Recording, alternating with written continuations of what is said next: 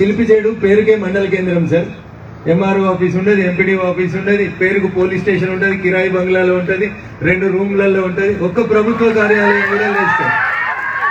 So ఇట్లా నా Medak parliament పరిధిలో 3 జిల్లాల్లో సిద్దిపేట, సంగారెడ్డి, మెదక్లో సార్ ఒక నిజాంపేట మండలం, భూంపల్లి అక్బర్పేట మండలం, నారాయణరావుపేట మండలం, ఇట్లా చెప్పుకుంటూ పోతే సార్ దాదాపు 15 కొత్తగా ఏర్పాటైన మండలాలలో అసలు అప్పీల్ ఏంటంటే మీకు రెవెన్యూ మంత్రి మీరు కాబట్టి కొత్తగా ఏర్పాటైనటువంటి ప్రతి మండల కేంద్రంలో అవకాశం ఉంటే ఇంటిగ్రేటెడ్ ఆఫీస్ కాంప్లెక్స్ కింద ఎంఆర్ఓ ఆఫీసు, ఎంపీడీఓ ఆఫీసు, వీలైతే దాంట్లోనే పోలీస్ స్టేషన్ కూడా కల్పిస్తే మండల కేంద్రంలో ఉన్నటువంటి ప్రజలు ఒక చిన్న సమస్యకు వచ్చినప్పుడు అన్ని కార్యాలయాలను ఒకటే చోట సమీక్షించడానికి అవకాశం ఉంటుంది. కాబట్టి దయచేసి నా పార్లమెంట్ పరిధిలో ఉన్నటువంటి ఈ 3 జిల్లాల లోపల మెదక్, సిద్దిపేట, సంగారెడ్డి, మీరు సాయంత్రం సంగారెడ్డి కూడా వస్తా ఉన్నారు సార్, కాబట్టి అక్కడ కూడా కొన్ని మండల పరిషత్ కార్యాలయాలు, ఎంఆర్ఓ కార్యాలయాలు లేనటువంటి మండలాలని 3 జిల్లా కలెక్టర్ల ద్వారా సమీక్షించి దయించి వచ్చే ఆర్థిక సంవత్సరంలో అన్ని మండల కేంద్రాలకి మీరు ఒకే చోట ఉండి శంకుస్థాపన చేస్తే will be grateful to you sir and thankful also.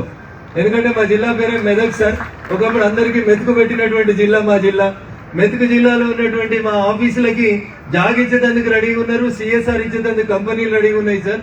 మీరు అధికారికంగా వాటిని అనుమతిస్తే పటాన్ చెరువు, సంగారెడ్డి, నర్సాపూర్ ప్రాంతంలో 90% ఆఫ్ ద బిల్డింగ్స్ కట్టడానికి సిఎస్ఆర్ కింద దాతలు ముందుకు వస్తారు సార్.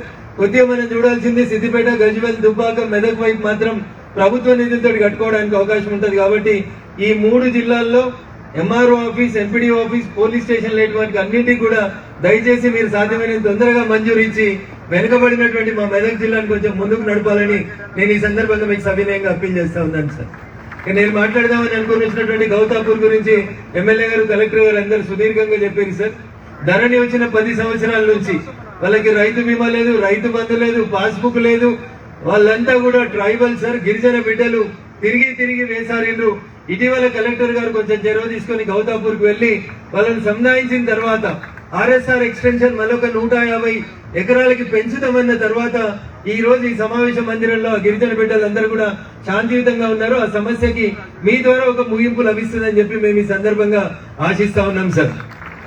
ఇకపోతే మా అంజిరెడ్డి గారు, ఎమ్మెల్సీ గారు పటాన్ చెరువుకి ఆర్టీఓ కార్యాలయం మంజూరైంది, ఆర్టీఓ ఆఫీస్ లేదని చెప్పారు సార్. అదే రకంగా రామాయంపేట కూడా ఆర్టీఓ ఆఫీస్ మంజూరు చేసిరు సార్. ఎన్నికల కంటే 15 రోజుల ముందు ఆర్టీఓ ఆఫీస్ తీసుకొచ్చి ఒక కిరాయి ఇంట్లో పెట్టిరు సార్. రామాయంపేట కూడా ఒక ఆర్టీఓ కార్యాలయం కొత్త భవనం కావాలి సార్. అదే రకంగా పటాన్ చెరువు కావాలి సార్. నేను గతంలో మీకు గుర్తుండే ఉంటాయి సార్, నేను దుబ్బాక నుంచి శాసనసభ్యునిగా ప్రాతినిధ్యం వహించిన సార్. 365 రోజులు ఆర్టీఓ కార్యాలయం దుబ్బాకలు కావాలని ఒక లాంగ్ పెండింగ్ డిమాండ్ ఉంది సార్. దయించి దాన్ని కూడా మీరే రెవెన్యూ మంత్రి గారు మా జిల్లాకు వచ్చిన సందర్భంగా మొదటిసారి మిమ్మల్ని కలుస్తా ఉన్నాం కాబట్టి దుబ్బాకకి కొత్త రెవెన్యూ డివిజన్ ఆఫీస్ తో పాటు రామాయంపేటకి అదే రకంగా పటాన్ చెరువుకి ఆల్రెడీ మంజూరు అయిన ఆర్టీఓ కార్యాలయాలు ఉన్నాయి కాబట్టి వాటికి నూతనంగా సొంత భవనాలు ఏర్పాటు చేసుకోవడానికి అవకాశాన్ని కల్పించమని మీకు ఈ సందర్భంగా విజ్ఞప్తి చేస్తూ, ఇంకా చాలా విషయాలు మాట్లాడాల్సి ఉన్నాయి సార్. రైతులు చాలా మంది ఉన్నారు, కానీ మాకు అతిథిగా వచ్చిన మీకు అన్నం పెట్టకుండా సమస్యల్ని ముందు పెడితే మంచిది కాదని చెప్పి నాకు ఇచ్చినటువంటి చిన్న అవకాశాన్ని సద్వినియోగం చేసుకొని రైతన్నలు కూడా నాదొక విజ్ఞప్తి. ప్రతి చిన్న విషయానికి కోర్టులకు పోతా ఉన్నాం, వకీళ్ళ కేసులు పెరుగుతా ఉన్నాయి, కోర్టులలో పెండెన్సీ పెరుగుతా ఉంది. ఈ దేశంలో సుమారు 5 కోట్ల కేసులు సుప్రీంకోర్టు దాకా పెండింగ్ ఉన్న కేసులు 5 కోట్ల కేసులు పెండింగ్ ఉన్నాయి. చిన్న చిన్న విషయాలకి కోర్టుకు పోయి కోర్టుల మీద బరువు పెంచి వకీల్ సాబులను బతికించే బదులు, అదేందన్నా నువ్వే వకీల్ సాబు అట్లా చెప్తున్నావు అని అనుకోకూడదు దయచేసి, వకీల్ సాబుల్ని బతికించే బదులు కొత్త రెవెన్యూ సదస్సులు, కొత్త చట్టాలు, భూభారతి వచ్చింది కాబట్టి ఒక చిన్న అమెండ్మెంట్ ని రాష్ట్ర ప్రభుత్వం, భారత ప్రభుత్వం తెచ్చినటువంటి అమెండ్మెంట్ ని దీంట్లో చేర్చినందుకు నేను రెవెన్యూ మంత్రి గారిని ఈ సందర్భంగా అభినందిస్తా ఉన్నాను. ఎట్లయితే మనుషులకి ఆధార్ కార్డులు ఇస్తా ఉన్నారో అట్లే భూధార్ కార్డు అని ప్రతి రైతుకి తన సర్వే నెంబర్ తో పాటు తన పాస్బుక్ తో పాటు ఒక భూధార్ కార్డు నెంబర్ ఇచ్చి రిజిస్ట్రేషన్ జరుగుతున్నప్పుడే వాళ్ళకి ఒక మ్యాప్ ఫోటో తీసి దాని బౌండరీస్ ని కరెక్ట్ ఫిక్స్ చేసి ఇస్తే కోర్టులలో 5 కోట్ల కేసులలో దాదాపు 2 కోట్ల కేసులు విత్డ్రాగా ఉండడానికి అవకాశం అవుతుంది. కాబట్టి మీరు జ్యుడిషియరీ మీద కూడా కొంచెం బరువు తగ్గించిన వాళ్ళు అవుతారు కాబట్టి ఆ దిశగా ఆలోచించాలని రాష్ట్ర ప్రభుత్వానికి విజ్ఞప్తి చేస్తూ అవకాశం ఇచ్చినటువంటి వేదికకి, వేదిక మీద ఉన్నటువంటి గౌరవ మంత్రి వర్యులు, ఇతర పెద్దలకి, వేదిక ముందున్నటువంటి రైతన్నలందరికీ పేరు పేరున మరొకసారి నేను శుభాకాంక్షలు, అభినందనలు తెలియజేస్తూ ఒక్క మాట సార్, ఎద్దేడిసిన వ్యవసాయం రైతేడిసిన రాజ్యం బాగుపడదు సార్.